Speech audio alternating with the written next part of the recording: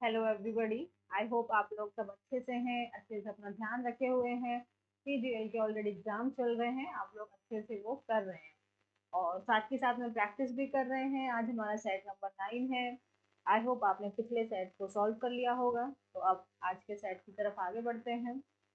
As you all know, पहला question हमारा synonyms का होता है, तो इसमें मीनिंग पूछा गया है। आई थिंक यस, मीनिंग है यहाँ से।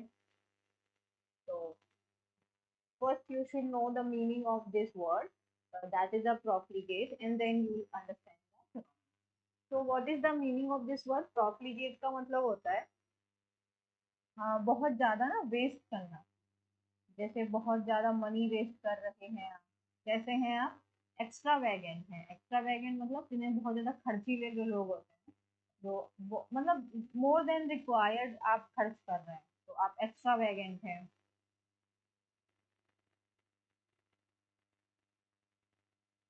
ठीक है। और कैसे आप क्या करते हैं? बिल्कुल भी चीज़ों को लेके आप स्पेंडथ्रिफ्ट हैं, मतलब पैसा बहुत ज़्यादा खर्च करते हैं।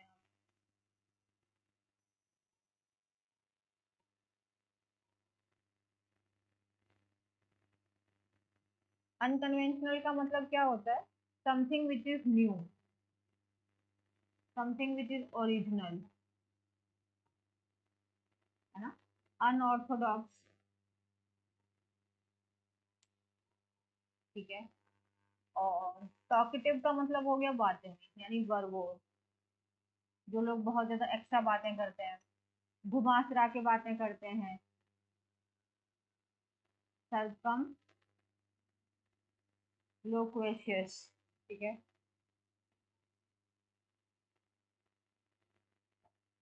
तो प्रॉफिलिकेट का मतलब हो गया एक्स्ट्रा खर्चा करना, वेस्टफुल होना, बहुत ज्यादा खर्चा करना। यानी कि ये आपका ऑप्शन नंबर डी। अनकन्वेंशनल का मतलब हो जाएगा कोई चीज न्यू है, ओरिजिनल है ना, नोवेल है, न्यू है आपका। और इंटेलिजेंस का तो आपको पता है, टॉकेटिव का हो जाएगा बहुत ज्यादा बातें करना, वर्बोस, वर्बोसिटी, नाउन फॉर्म हो जाएगा इसका।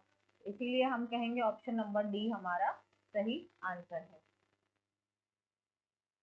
नेक्स्ट क्वेश्चन क्या दिया हुआ है? कंटेम्पलेटिव। कंटेम्पलेटिव का मतलब क्या होता है? कंटेम्पलेटिव का मतलब होता है बहुत चिंतन करना, मतलब बहुत थॉटफुल होना। ठीक है। और बहुत आप कैसे हैं, मेडिटेटिव हैं। ठीक है।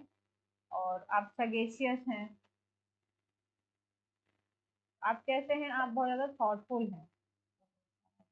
आप कैसे हैं? आप बहुत ज़्यादा थॉटफुल हैं। थॉटफुल होना, सगेशियस होना, मतलब बहुत ज़्यादा आप चीज़ों को लेके सोचते हैं, सोच विचार करते हैं, रैंडमली काम नहीं करते आप। और विस्टफुल का मतलब होता है कि you are you want something but you are unable to get it because of the like you don't have the sufficient amount of money। आपको वो नहीं ले पा रहे हैं, लेकिन आप उसे लेना चाहते हैं, तो आप थोड़े से उस चीज़ को लेके सैड हो गए हैं, अपने आप को डिजेक्टेड महसूस कर रहे हैं। ठीक है। और, और नम होना मतलब सुन्न हो जाना। अराउज, अराउज होना मतलब किसी चीज को क्या करना, उसको इंस्टिगेट करना। ठीक है। इंस्टिगेट करना, को स्टिर अप करना। जैसे फीलिंग्स को अराउज करना, फीलिंग्स को भड़काना। और अनरिफ्लेक्टिव का मतलब होता है अनथॉटफुल। ठीक है। और कंटेम्पलेटिव का मतलब था थॉटफुल होना। ये इसका एंटोनिम हो जाएगा, तो ऑप्शन नंबर बी हमारा सही है। ठीक है।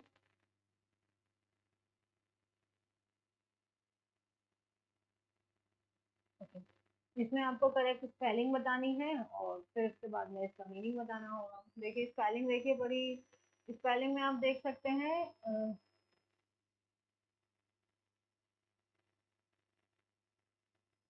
किसी कंफ्यूज नहीं होना है। कौन होता है? कौन, तो CON रहेगा, डबल सी नहीं रहता। कौन होता है, तो ऑप्शन नंबर बी कट गया, डबल सी नहीं रहेगा। ठीक है, ठीक है। तो कौन, विथ कौन ये सेंस, विथ कौन near, near sense, double S रहता है, डबल एस, डबल एस यहाँ भी है, डबल एस यहाँ नहीं है, तो ये कर दिया। अच्छा, अब क्या एरर है, अब इस वाले में ए में और आप सी में देखेंगे तो यहाँ पे ओनली, यहाँ पे सिंगल एन है और यहाँ पे डबल एन है। तो रिकॉन या सेंस में जो होता है आपका डबल एन होता है, री फिर कॉन, फिर देखो नेसेंस, और फिर आप इसमें सेंस वाली स्पेलिंग जैसे एस ई एन सी होता है ना, और आप ऐसे रख लो एस ए एन सी ई दिया हुआ है, या फिर ऐसे याद रखो, ऐसे भी याद रख सकते हो। एक और है इसमें, इसको यहाँ से हटाते हैं ऐसे, और फिर ए एन सी ई, हम जानते हैं ये नाउन होता है, ए एन सी ई जिनके लास्ट में आता है वो नाउन होते हैं। री, री कन, और फिर नेस, नियस, ness, N A I double S, ness, ऐसे करके याद कर लो, री कन नेस। तो री कन, कन में एन डबल एन आ गया, फिर आपका ए आई, फिर डबल एस आ जाएगा, और फिर ए एन सी ई, ये नाउन बनाने के लिए, और री लगा दिया, रिकन्वेसेंस। तो रिकन्वेसेंस ऑप्शन नंबर सी हमारा सही है।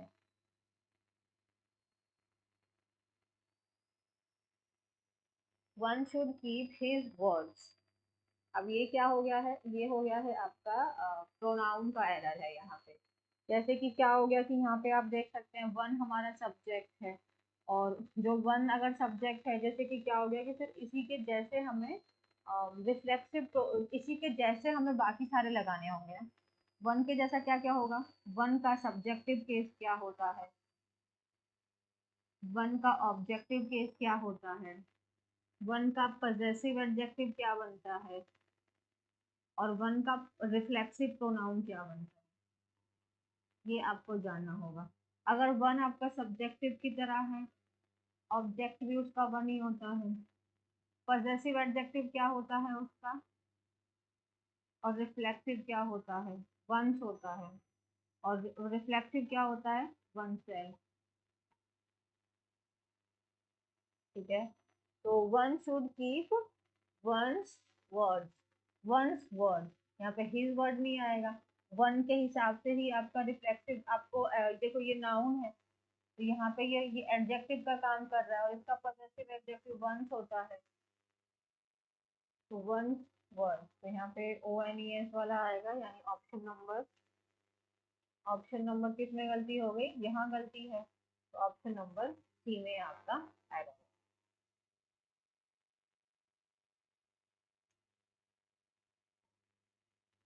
If U turn the corner, okay, अगर यहाँ पे देखो इस कंडीशन में दिया हुआ है, ये आपका सब्जेक्ट हो गया, ये टर्न द कॉर्नर, ये टर्न आपका वर्ब हो गया।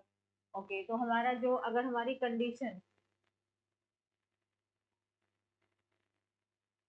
कंडीशन अगर आपको प्रेजेंट इंडेफिनिट में है, तो जो उसका रिजल्ट होगा वो आपका फ्यूचर इंडेफिनिट में होगा। ठीक है, अगर कंडीशन आपको प्रेजेंट इंडेफिनिट में है, तो रिजल्ट आपका फ्यूचर इंडेफिनिट में होगा।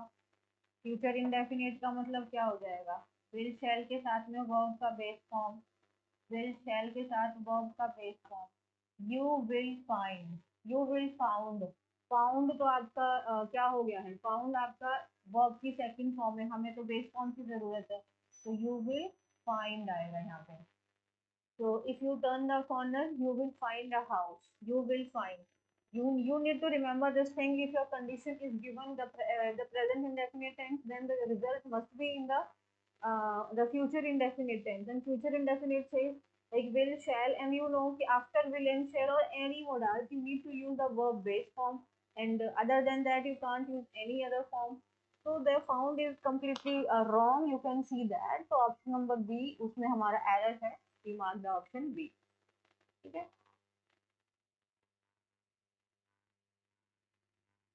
तीन कंडीशनल्स होते हैं जिसमें से ये एक कंडीशनल है, जो उसकी अपीयरेंस है, अपीयरेंस मतलब उसके जो लुक्स हो गए हैं, जो उसकी अपीयरेंस है, it bears are striking resemblance resemblance का मतलब होता है आप किसी के जैसे दिखते हैं, आप किसी की तरह दिखते हैं। तो his appearance bears a striking resemblance, resemblance के साथ में फिक्स प्रपोजिशन टू आता है, टू योर कजन। तो जो उसकी अपीयरेंस है वो किसकी जैसी दिखती है, किससे रिजेम्बल करती है, मतलब किसके जैसा दिखता है वो, तो वो अपने कजन के, अब तुम्हारे कजन के जैसे वो दिखता है। इसमें कोई भी एरर नहीं है।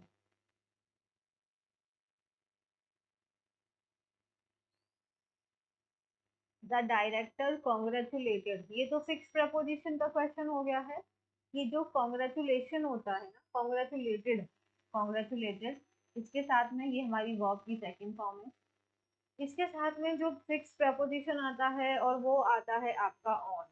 कॉन्ग्रेचुलेशन, कॉन्ग्रेचुलेटेड के साथ में जो आपका वर्ब जो फिक्स प्रपोजिशन आएगा वो ऑन आएगा। फिक्स प्रपोजिशन की एक अलग सेपरेट क्लास हो जाएगी, don't worry. So the director congratulated Mr. Verma on his success. तो congratulate with congratulated के साथ में आपका फिक्स प्रपोजिशन आता है और वो है आपका on।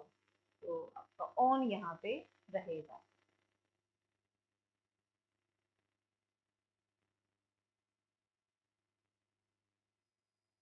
Next, the boys were dashed to hear that we were going to build a bridge. जो लड़के थे वो कैसा महसूस कर रहे थे?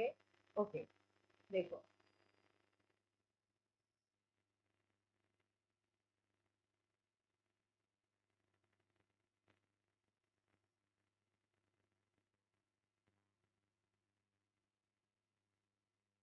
Okay, now you need to understand कि ये जो सेंटेंस है वो एक्टिव में है कि पैसिव में है। तो बॉयज वर डिलाइटेड, जो बॉयज हैं वो कैसा महसूस, देखो डिलाइट का मतलब हो गया बहुत अच्छा कुछ उनको महसूस कर रहे थे ना। तो बॉयज वर, अच्छा, यहाँ पे सब देखो डिलाइट ही दे रखा है, ये डिलाइट की बेस फॉर्म है, आप फर्स्ट लगा लो। ये फिफ्थ फॉर्म है, इसको आप सेकंड और थर्ड कह सकते हैं, और इसको आप फोर्थ फॉर्म कहेंगे। तो एक ही शब्द है और अलग अलग फॉर्म्स दे रखी है। ओके, अगर वर के साथ में हम लोग जानते हैं कि हम फर्स्ट का तो इस्तेमाल कर ही नहीं सकते, या तो आईएनजी आएगा, और अगर पैसिव की बात करेंगे तो वर्ब की थर्ड फॉर्म आएगी। अच्छा, अब पहचानो कि यहाँ पे लड़कों ने कुछ काम किया है, लड़के कुछ काम कर रहे हैं, या फिर लड़के खुश हुए हैं, किसी और चीज का इम्पैक्ट उनके ऊपर पड़ा है। तो यहाँ पे बॉयज ने कुछ काम नहीं किया है ना। Boys are not doing any activity, तो ये लोग यहाँ पे सब्जेक्ट नहीं है जो ये कुछ काम कर रहे हो। अगर ये कुछ काम कर रहे होते तो हम यहाँ पे आराम से फिर आईएनजी वाला फॉर्म इसका लगा सकते थे। तो ये जो सेंटेंस है, ये आपका जो सेंटेंस है ये पैसिव में है, और जब सेंटेंस आपका पैसिव में होता है तो हम वर्ब की थर्ड फॉर्म यूज करते हैं। तो the boys were delighted to hear that we were going to build a bridge. जो लड़के थे वो कैसा महसूस कर रहे थे, बहुत अच्छा महसूस कर रहे थे कि ये सुनते कि हम लोग एक ब्रिज बनाने जा रहे हैं। तो यहाँ पे पैसिव में है हमारा सेंटेंस, तो डिलाइटेड यहाँ पे आएगा।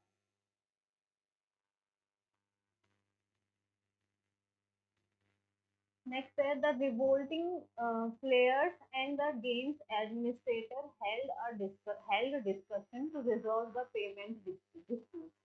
तो जो पेमेंट डिस्प्यूट को लेके जो भी प्रॉब्लम है उसको लेके, जो मतलब विद्रोह कर रहे हैं, रिवोल्टिंग प्लेयर मतलब जो लोग विद्रोह कर रहे हैं वो, और जो गेम की एडमिनिस्ट्रेटर्स हैं वो, इन दोनों ने क्या किया है, पहले आप कोई अननेसेसरी मीटिंग तो है नहीं, ऑब्वियसली वो लोग रिवॉल्ट कर रहे हैं, वो विद्रोह कर रहे हैं, तो आपको अननेसेसरी कैसे हो गया, नेसेसरी काम हो गया है।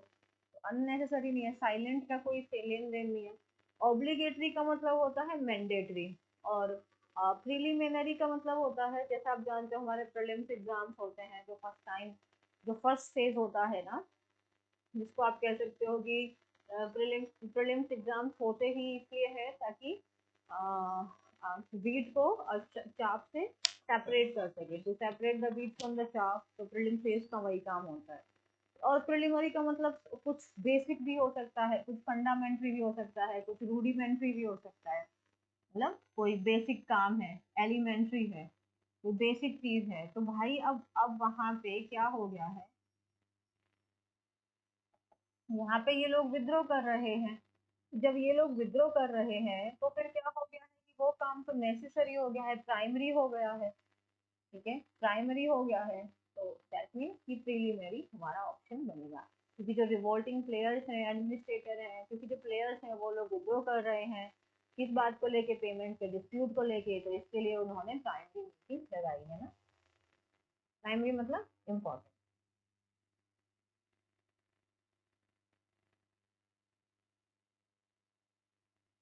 वाइल्ड गूस चेज, अच्छा देखो ये आ गया आपका ईडियम।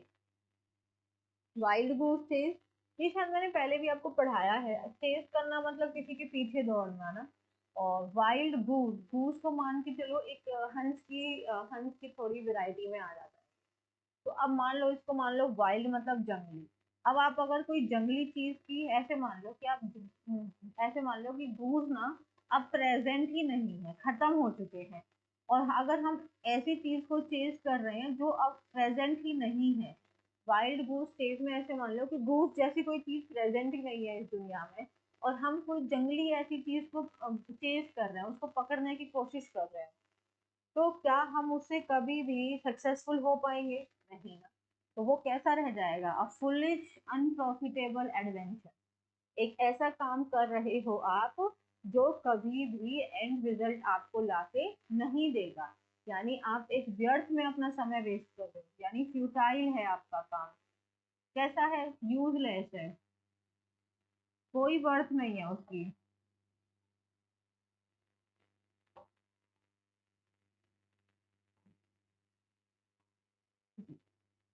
वर्थलेस है, यूजलेस, कोई मतलब नहीं है उस काम को करने का। सेंसलेस। ठीक है। तो आप कैसा एक्शन कर रहे हो? जो एक्शन का कोई फल नहीं आएगा, जिसका कोई एंड रिजल्ट नहीं है। No end result of no use, कोई रिजल्ट नहीं है उसका।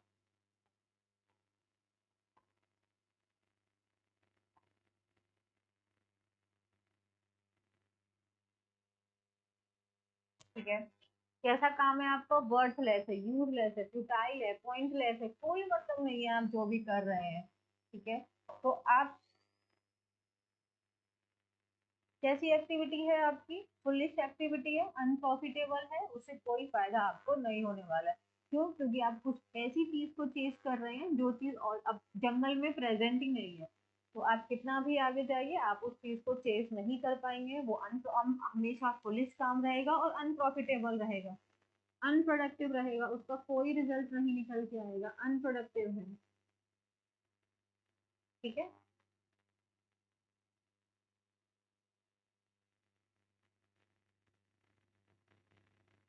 यू स्मेल अ रैट, मैंने आई थिंक ये करवाया था। अगर हम रेड को स्मेल कर रहे हैं, तो हम क्या स्मेल कर रहे हैं कि देखो, रेड का मतलब अब बैड स्मेल को डिटेक्ट करना नहीं होता है, मिसअंडरस्टैंड करना भी नहीं है, की हिडन मीनिंग नहीं है। आप ऐसा कुछ रेड को स्मेल कर रहे हैं तो आप कुछ ट्रिक, कोई ट्रिक हो रही है। रेड कैसा है? बड़ा फुर्तीला होता है ना। तो आप किसी ऐसी चीज को कर रहे हैं कि हो सकता है कि कोई बहुत ज्यादा ही तेजी दिखा रहा है, तो हो सकता है कि वो मुझे ट्रिक करने की कोशिश कर रहा है। आप ट्रिक, कि आपको वो ट्रिक करने की कोशिश कर रहा है, आपको वो चीट करने की कोशिश कर रहा है, आपको ड्यूप, डिसीव। ठीक है। आपको मिसगाइड,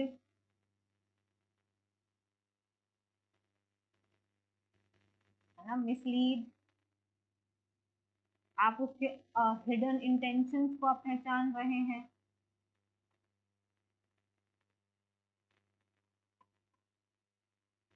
आप क्या पहचान रहे हैं? आप सस्पेक्ट कर रहे हैं कि कुछ वहां पे ट्रिक है, कुछ डिसीट करने की कोशिश कर रहा है।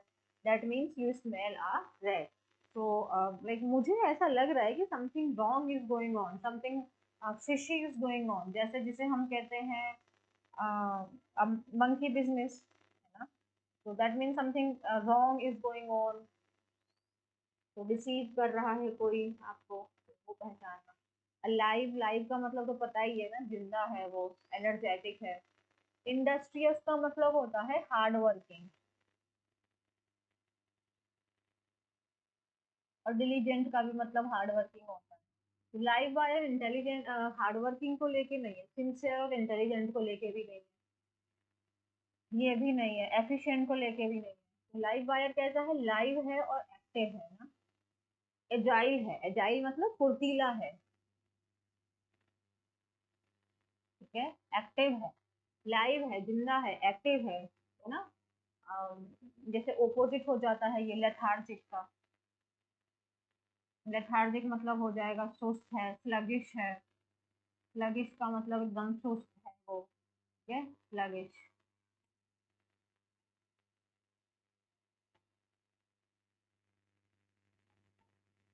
डल है, विदाउट एनी चेंज है, बट ये पर्सन कैसा है, very active, very active, very live, live wire is active wire.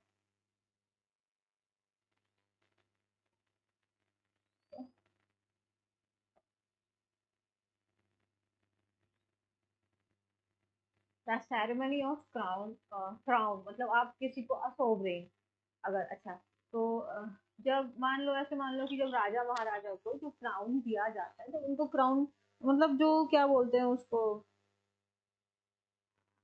Crown बनाना मतलब, crown is what we call crown, मुकुट। आप उनको मुकुट बनाने, राज शासन उनका, राज तिलक जो हो रहा है, यस, तो राज तिलक हो रहा है उनका। तो अगर हम राजा राजा रानी का जो राज तिलक होता है उसको क्या कहते हैं हम, उसको कहते हैं हम कोरोनेशन। कोरोनेशन कहलाएगा आपका क्राउन करना, जिसको सोवरेन को यानी किंग और क्वीन को जब क्राउन किया जाता है, that is your coronation. And felicitation का मतलब होता है किसी को भी ऑनर करना, उनको प्रेज करना, ऑनर करना, प्रेज करना, दैट इज फेलिसिटेशन, ठीक है। एंड प्रमोशन तो आपको पता है, किसी की पदवी में बढ़ा दिया आपने, और इंस्टॉलेशन भी पता है, लेकिन आपको याद रखना है कोरोनेशन का मतलब होता है जब सोवरेन मतलब किंग और क्वीन का क्राउन किया जाता है ना, क्राउनिंग, उनको जब उनको राज शासन की गद्दी दी जाती है, that is coronation. And felicitation means the honour करना, प्रेज करना, किसी भी नॉर्मल पीपल को भी आप फेलिसिटेट कर सकते हो। स्कूल्स में, कॉलेजेस में अपने पुराने स्टूडेंट्स जो एक मतलब कोई चीज़ अचीव कर लेते हैं, उनको भी फेलिसिटेशन होता है, उनका उनको ऑनर किया जाता है, प्रेज किया जाता है, so that is felicitation. But coronation is completely related to the crown.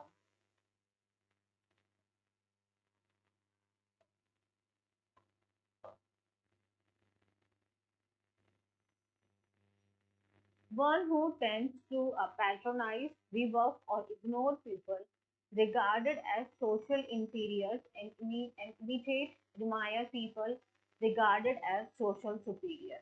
Okay.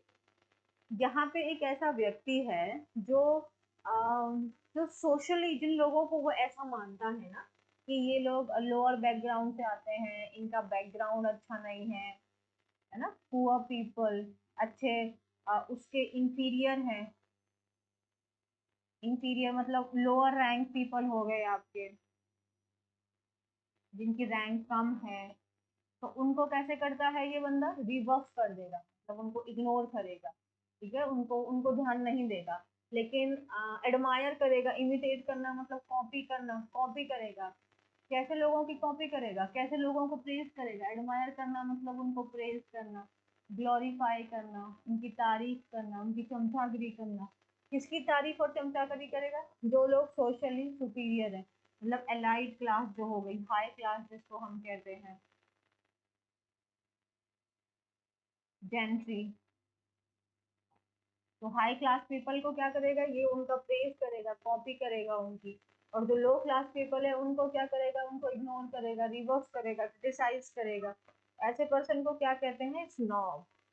Snob कौन लोग होते हैं, स्नॉब वो लोग होते हैं जो स्मॉल रैंक पीपल को क्या करते हैं, लोअर रैंक पीपल को क्या करते हैं, क्रिटिसाइज करते हैं, और हायर रैंक पीपल को क्या करते हैं, एडमायर करते हैं, उनको क्या कहते हैं, स्नॉब।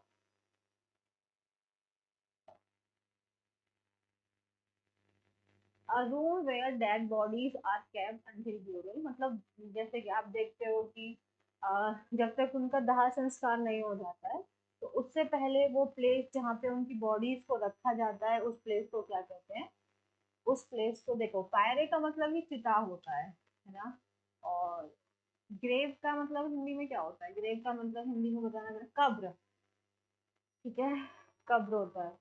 लेकिन वो प्लेस पूछा गया है जहाँ पे डेड बॉडी को रखा गया है ना, अभी उसका अंतिम संस्कार नहीं हुआ है, उससे पहले उनकी बॉडी, उनको जो शरीर है उसको रखा जाना, उसको कहते हैं मॉर्चुरी। ठीक है, ऑप्शन नंबर।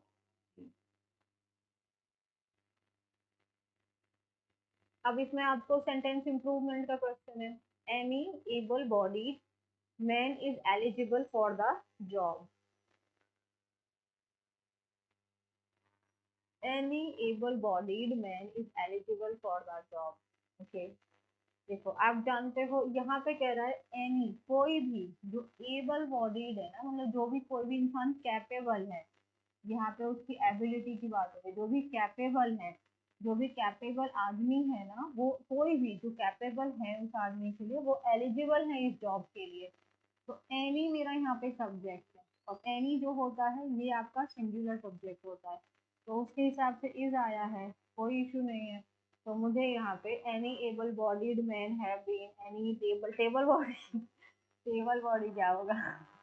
ये तो आउट ऑफ कॉन्सेप्ट, ये तो आउट ही चला गया, ईच नहीं आएगा। हम ईच करने के, हम प्रत्येक को फोकस नहीं है, तो हम ऑप्शन नंबर डी मार्क करेंगे, क्योंकि एनी हमारा सिंगुलर सब्जेक्ट है, इज आएगा। एबल बॉडीड का मतलब हो गया कोई भी, वो केपेबल है ना, कैपेबल है उस काम को करने के लिए, तो वो एलिजिबल है इस जॉब के लिए। She found a wooden broken table in the room. Now remember one thing, you know that your wood is your लकड़ी, एंड ये एक नाउन होती है। जब भी अगर हम वुडन, वुडन को यहाँ पे हम एडजेक्टिव की तरह act करवा रहे हैं, क्योंकि टेबल आपका नाउन हो गया है और टेबल को मॉडिफाई कर रहा है, ये एडजेक्टिव हो गया है। तो जब भी आपका नाउन एडजेक्टिव की तरह फंक्शन करेगा, तो हम ध्यान रखेंगे कि उसको दूसरे नाउन के आगे लगाएंगे। ठीक है, दूसरे नाउन के उसको जस्ट पास में रखेंगे, तो फिर इसमें क्या करेंगे, प्लेसमेंट को इंटरचेंज कर देंगे। तो क्या कर देंगे हम, ब्रोकन वुडन टेबल, है ना। तो वुडन आपका देखो, टेबल आपका ऑलरेडी नाउन है, ये भी नाउन है, लेकिन यहाँ पे एडजेक्टिव की तरह फंक्शन कर रहा है, इसीलिए यहाँ पे क्या बन जाएगा, ब्रोकन वुडन टेबल।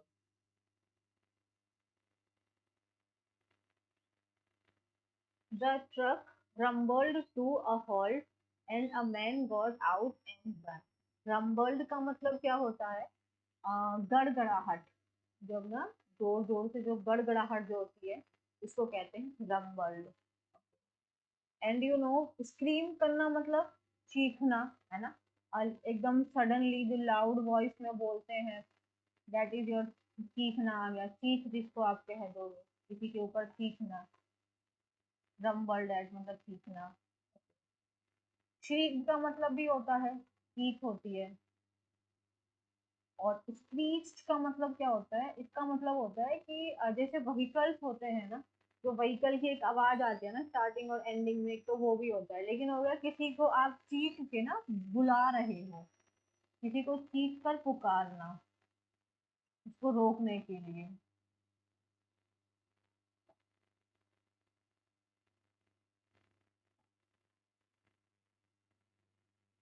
किसी को चीख कर पुकारना।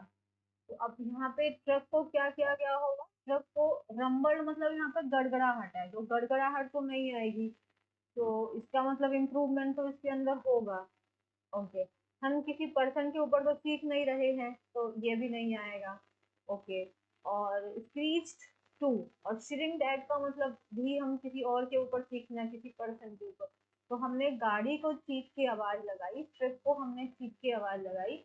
तो वह हॉल्ट, हॉल्ट का मतलब होता है स्टॉप होना, और मतलब रुकने के लिए हमने उसमें आवाज लगाई, और जो एक मैन था उसके, मैन गॉट आउट मतलब उसके बाहर निकला और तेजी से दौड़ने लगा। तो ऑप्शन नंबर बी।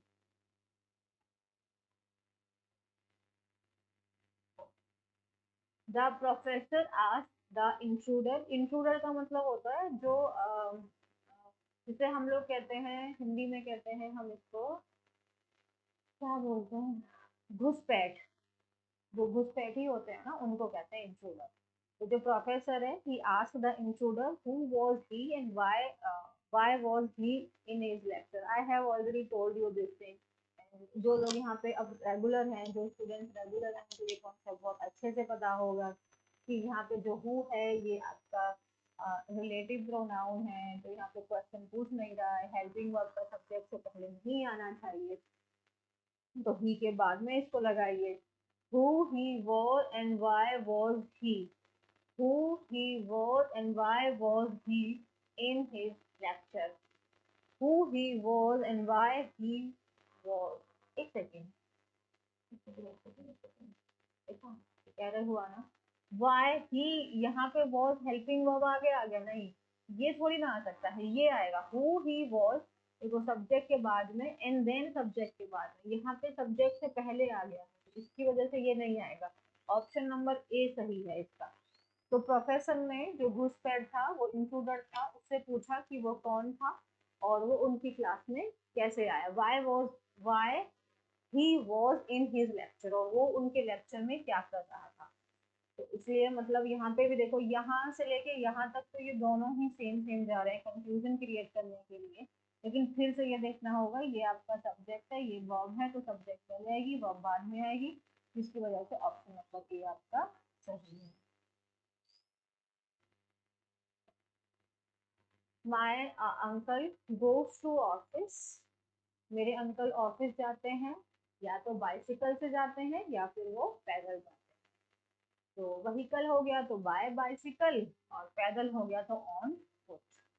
तो बाय बाइसिकल और ऑन फुट। अच्छा, अब यहाँ पैसेज आ गया है तो पहले क्वेश्चन रीड कर लेते हैं। What was the tone of the essay, यार ये तो हमें पहले ही पता, रीड करके ही पता चलेगा कि टोन क्या थी। How did the arrival of the dog change the atmosphere of the event, ठीक है कि डॉग के अराइवल ने एटमॉस्फेयर को कैसे बदल दिया, ठीक है। Next, what was the emotion displayed by the dog, okay dog के द्वारा क्या इमोशन दिखाया गया है वो हमें ध्यान रखना है, डॉग का इमोशन पूछा है। What was surprising about the action of the dog, dog ने जो एक्शन किया वो क्या चीज थी जो सरप्राइजिंग थी।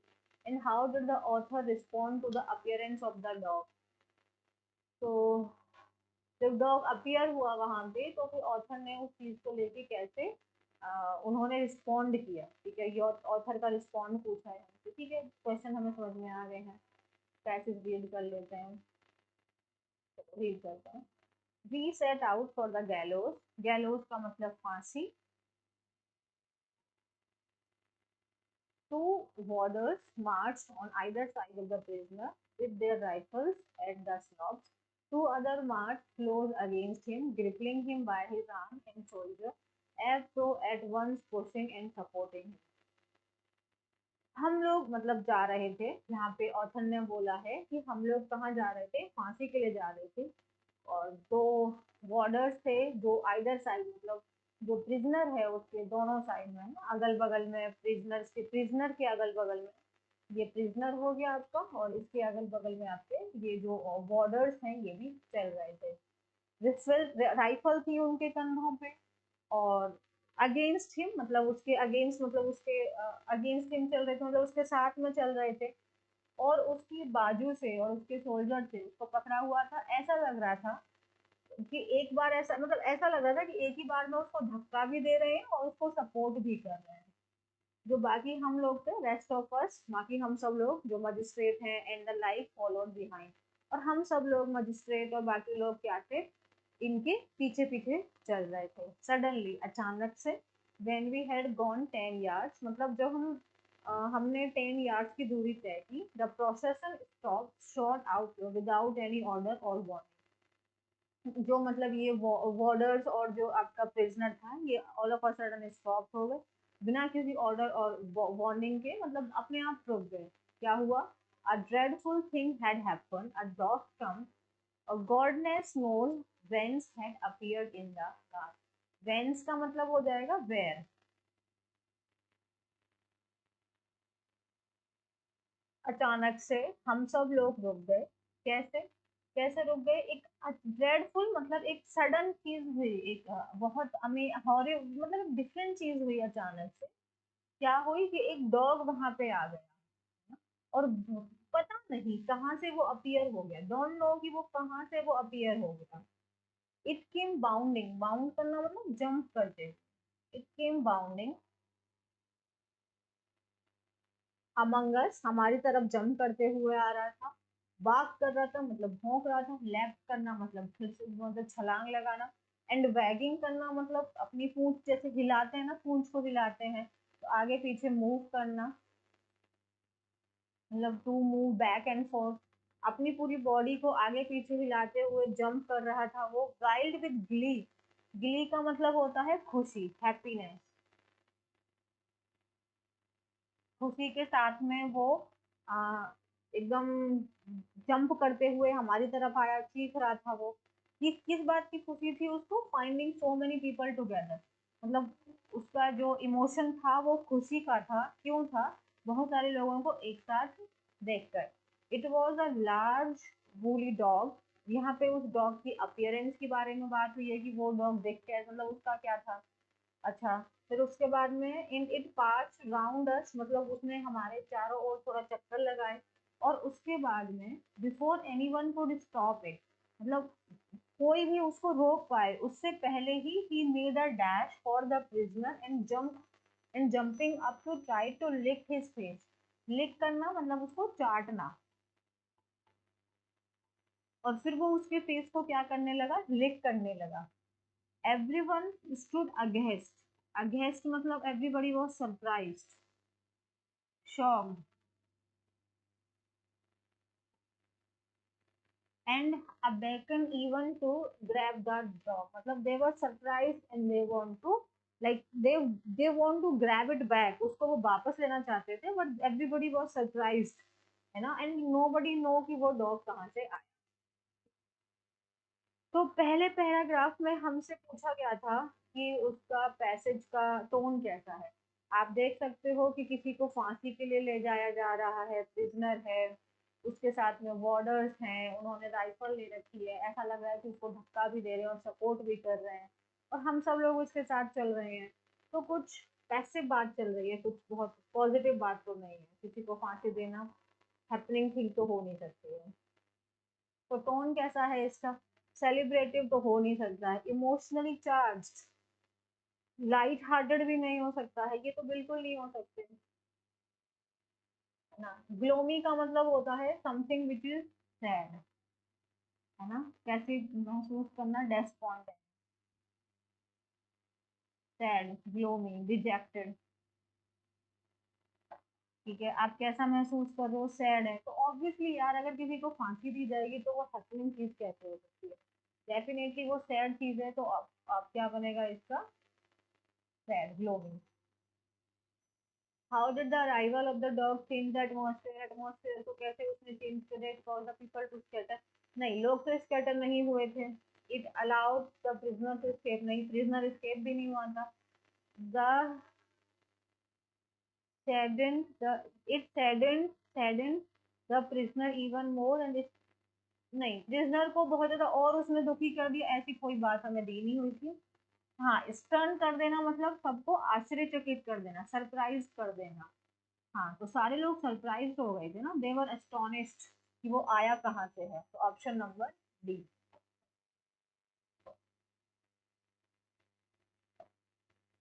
What was the emotional displayed by the dog, dog के द्वारा क्या इमोशनल इमोशन दिखाया गया था, एज यू ऑल नो, वहां पे दिखाया गया था वो गिली था, वो खुश था। गिली का मतलब हैप्पीनेस दिखाई गई थी, क्यों, क्योंकि बहुत सारे लोगों को एक साथ देखे, यहाँ पे Joy.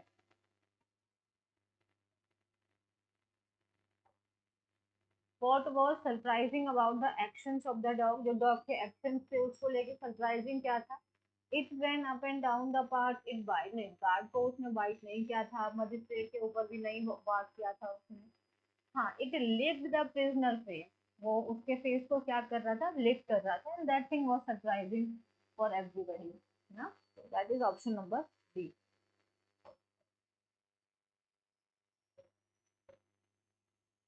How did the author respond to the appearance of the dog, तो डॉग के अपीयरेंस को लेके ऑथर ने कैसे रिस्पॉन्ड किया। उन्होंने जंप किया डॉग के ऊपर, नहीं बिल्कुल नहीं। He ignore the dog and pretended it was not there, ऐसा तो कोई नहीं था। he was taken aback as the others, he was taken aback, या he yelled at the dog and to silence. नहीं, उन्होंने कोई चीख नहीं रहे थे, वो he didn't yell. That means he was taken aback. वो पीछे हो गए थे बाकी लोगों की तरह. He was taken aback as the others. जो बाकी लोग पीछे हो गए थे वैसे ही वो भी पीछे हो गए थे, बाकी लोगों ने और कुछ नहीं किया था. तो आई होप कि आपको समझ में आ गया होगा. 25% हमने कवर कर लिए हैं. आप लोग अपने आंसर, अपने कितने मार्क्स आए हैं मुझे जरूर बताइएगा. ठीक है. चैट नंबर 9 हमारा कंप्लीट हो गया है. आई होप आप लोग अच्छे से पढ़ रहे हैं. तो अब ऐसे ही पढ़ते रहो. वीडियो को लाइक शेयर और चैनल को सब्सक्राइब जरूर करो. मिलते हैं कल. Till then, thank you so much.